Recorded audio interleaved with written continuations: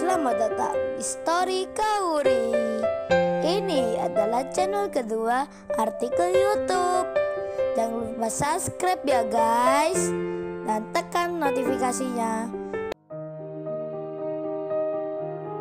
Kisah pemuda kaya, anak bos besar, pemilik 73 perusahaan, yang menjadi cleaning service.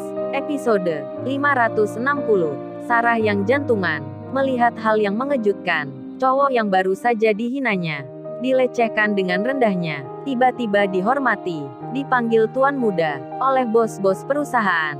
Sarah pun rasanya ingin pingsan. Tak kuat untuk melihatnya, melihat Kenshin yang dihampiri oleh orang-orang yang penting, dipanggil tuan muda. Terlebih lagi Sarah juga mendengar sendiri, pemuda yang ia katakan pemulung itu, ternyata yang memegang mega proyek ini. Sarah dan teman-temannya langsung terdiam semua, masih melihat Kenshin yang ada di depannya. Kenshin pun lalu naik ke atas. Semua bos itu mengikuti. Mereka yang berseragam kerja dari perusahaan-perusahaan besar yang berbeda-beda namanya, dilihat dengan jelas oleh Sarah dan pacarnya. Ketakutan mereka pun berlebih. Teman-temannya pun sama. Jadi ketar-ketir semua. Mereka yang sebelumnya merendahkan Kenshin menjadi terdiam malu seketika. Kemudian terlihat seorang bos berkata, "Tuan muda, apa tanah ini akan dibeli juga dan dibangun pula, seperti proyek yang ada?" Kenshin menjawabnya, "Pak, jangan bicara seperti itu. Meski kita sedang membangun proyek di sini, jangan asal bicara akan membeli tanah segala. Kita ini bukan orang-orang yang suka memaksakan kehendak." Bos itu pun langsung menjawabnya, "Baik-baik tuan muda, saya minta maaf. Saya tak akan mengulangi lagi." Terlihat bos perusahaan itu meminta maaf pada Kenshin. Sarah dan teman-temannya pun semakin ciut nyalinya, karena melihat hal yang baru saja terjadi.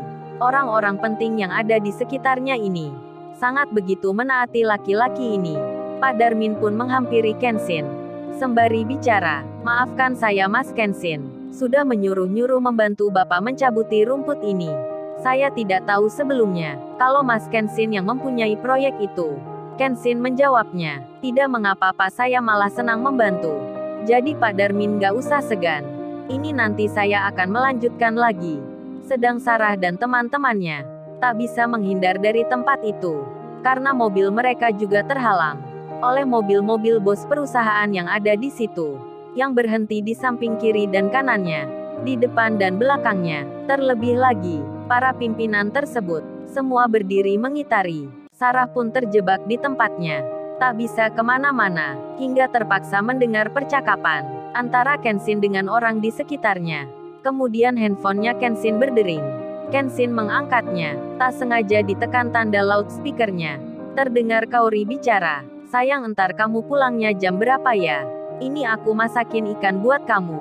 Kalau lama-lama, entar nggak enak rasanya." Semua orang di situ mendengarnya, tentu saja langsung bisa menerka kalau itu Kaori, istrinya tuan muda. Sarah pun mendengarnya pula. Suara wanita memanggil sayang ke cowok itu. Sarah pun jadi malu sekali, karena dia tadi pura-pura mengerjain, pura-pura bilang sayang ke Kenshin. Sekarang tahu sendiri, ada wanita lain yang menyebut sayang beneran. Dan Kenshin menjawabnya, "Oh, itu istriku. Aku mungkin pulangnya agak malaman, karena nanti mampir ke tempatnya Pak Andi sebentar. Jadi ikannya kamu makan dulu ya." Sarah pun mendengarnya. Cowok ini memanggil istri. Sarah dalam hatinya berkata lagi, merasa malu dirinya. Pandangannya tertunduk ke bawah. Dan Kaori menjawabnya, "Ya udah sayang, tapi jangan malaman ya pulangnya." Kenshin pun mengiyakan. Pak Darmin lalu bicara, memanggil putrinya Sarah. "Sarah, ini kamu lihat Mas Kenshin ini. Bukannya kamu tadi mengolok-olok dan meremehkan Mas Kenshin. Sekarang kamu lihat sendiri, Mas Kenshin ini orang yang kaya, dihormati banyak orang di sini, bahkan punya perusahaan banyak, seperti yang dikata kemarin. Meski Mas Kenshin seperti itu, tak sombong kayak kamu dan teman-temanmu. Lihat ini Sarah, kamu ambil pelajaran dalam hidupmu.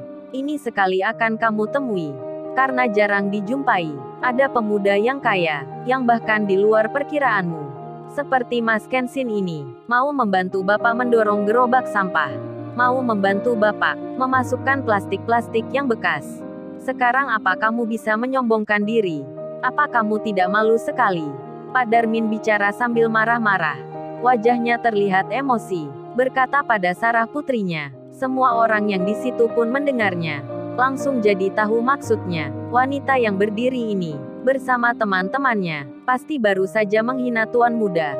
Pak Darmin lalu melanjutkan bicaranya. Kalau gitu Mas Kenshin silahkan pakai tanah Bapak ini. Saya suka dan ikhlas sekali. Kalau ada orang baik yang bisa memanfaatkan tanah Bapak, tak usah dibeli Bapak sudah senang. Kenshin langsung menjawabnya. Terima kasih Pak Darmin atas kepercayaannya.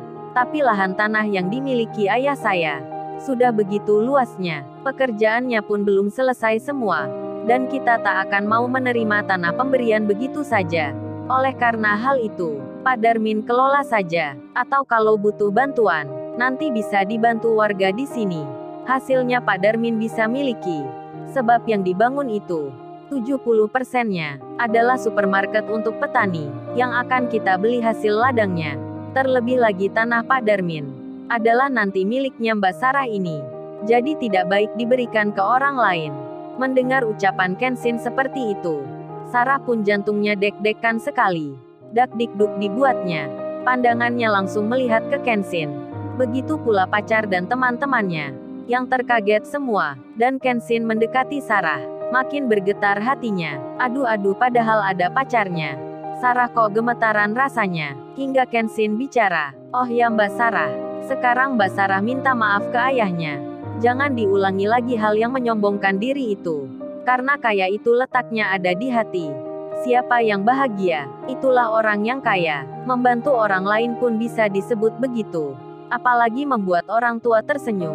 Lebih-lebih membahagiakannya. Jadi Mbak Sarah pulang saja ke rumahnya sendiri. Lebih baik rumah sederhana, asal bisa bersama orang tua, daripada rumah yang megah. Mbak Sarah tidak bahagia mendengar ucapan Kenshin. Sarah tersentak hatinya. Memang ia tak bahagia, meski sudah tinggal di rumah yang mewah. Dan tiba-tiba, para bos-bos perusahaan pun ikut bicara. Oh ternyata Mbak ini tadi meremehkan tuan muda. Kita pun baru mengerti saat ini. Asal Mbaknya tahu, tuan muda kami memang kerjanya cleaning service. Tapi beliau menjadi pimpinan kami. Bos muda yang membawahi puluhan perusahaan besar. Sarah pun mendengarnya, menjadi luruh hatinya. Saat tahu siapa Kenshin sebenarnya. Kemudian Sarah menjawab Kenshin. Iya mas baik. Sarah menghampiri dan memeluk ayahnya. Sembari berkata, Pak maafkan Sarah Pak. Sudah bersikap tak baik ke bapak dan ibu selama ini. Sarah akan pulang ke rumah. Sarah berjanji tak akan mengulangi lagi. Sarah pun menangis dan menitikkan air matanya. Pak Darmin pun demikian. Merangkul putrinya yang sudah menjadi sadar. Pak Darmin sangat senang. Pak Darmin pun bilang, kalau gitu Sarah, kamu minta maaf ke Mas Kenshin itu. Karena tadi sudah tak sopan. Bicara sambil mengolok-olok Mas Kenshin. Sarah pun mengiyakan. Dirinya hendak berjalan. Dan tiba-tiba, ada banyak warga desa, yang berdatangan pula ke sini. Mereka menghampiri Kenshin, menyapanya dengan senang. Sarah pun tak bisa mendekati. Di tengah itu ada lagi 2 mobil yang datang. Mobil Ferrari dan mobil BMW. Rupanya itu Larissa dan Tuan Sasaki, yang juga datang ke situ. Sarah pun melihatnya. Larissa cewek yang seusianya. Cantik wajahnya. Berpakaian modis seperti pada umumnya. Tersenyum pada Kenshin. Sarah pun mengira itu pasti cewek yang telepon tadi. Mengira itu istrinya Kenshin. Setelah mendekat, Larissa pun berkata. Sambil tersenyum Larissa bilang, oh Mas Kenshin di sini ya.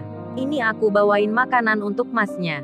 Harap dimakan ya, soalnya ini masakan buatan sendiri. Tuan Sasaki pun bicara. Terima kasih ya Tuan muda, sudah menolong biaya pengobatan saya di Singapura. Andai tak ada Tuan muda, mungkin saya tak bisa pulang seperti ini. Larissa pun berkata, iya terima kasih Mas Kenshin sebanyak-banyaknya. Kalau nggak ada bantuan dari masnya, mobil Ferrari saya sudah terjual. Sarah yang ada di dekat itu langsung berkata di hatinya, oh ternyata wanita ini bukan istrinya. Dan Sarah pun berbisik pula tentang Kenshin yang dikagumi wanita cantik ini. Sarah pun melihat Kenshin dengan pandangannya yang berubah. Hatinya seakan tertarik rasanya. Teman-temannya yang wanita pun sama, memandang Kenshin semua. Dan di lain tempat, Sirena Larrazati, pemilik Lamborghini, sedang membeli kado untuk putri. Si Rena berencana akan datang nanti malam ke tempatnya Putri. Sedang Kenshin saat ini lalu bilang ke Pak Darmin, "Oh ya Pak Darmin, saya lanjutkan lagi ya mencabuti rumputnya." Pak Darmin pun segan dan menolaknya. Namun Kenshin segera melakukannya, mencabuti rumput bersama Iwan. Melihat hal itu, Pak Darmin pun jadi tak enak hatinya. Dan terkagetlah Sarah, bos-bos perusahaan yang ada di sini. Tiba-tiba saja, ikut mencabuti rumput sawah ayahnya.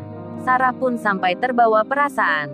Akhirnya turun ke sawah juga, untuk membantu ayahnya. Para warga pun demikian, mengikuti Kenshin semua. Tak sampai 1 jam kemudian, rumput-rumput kering, yang ada di sawahnya Pak Darmin, menjadi bersih seketika. Kenshin pun kemudian, berjalan menuju proyek yang sedang dikerjakan.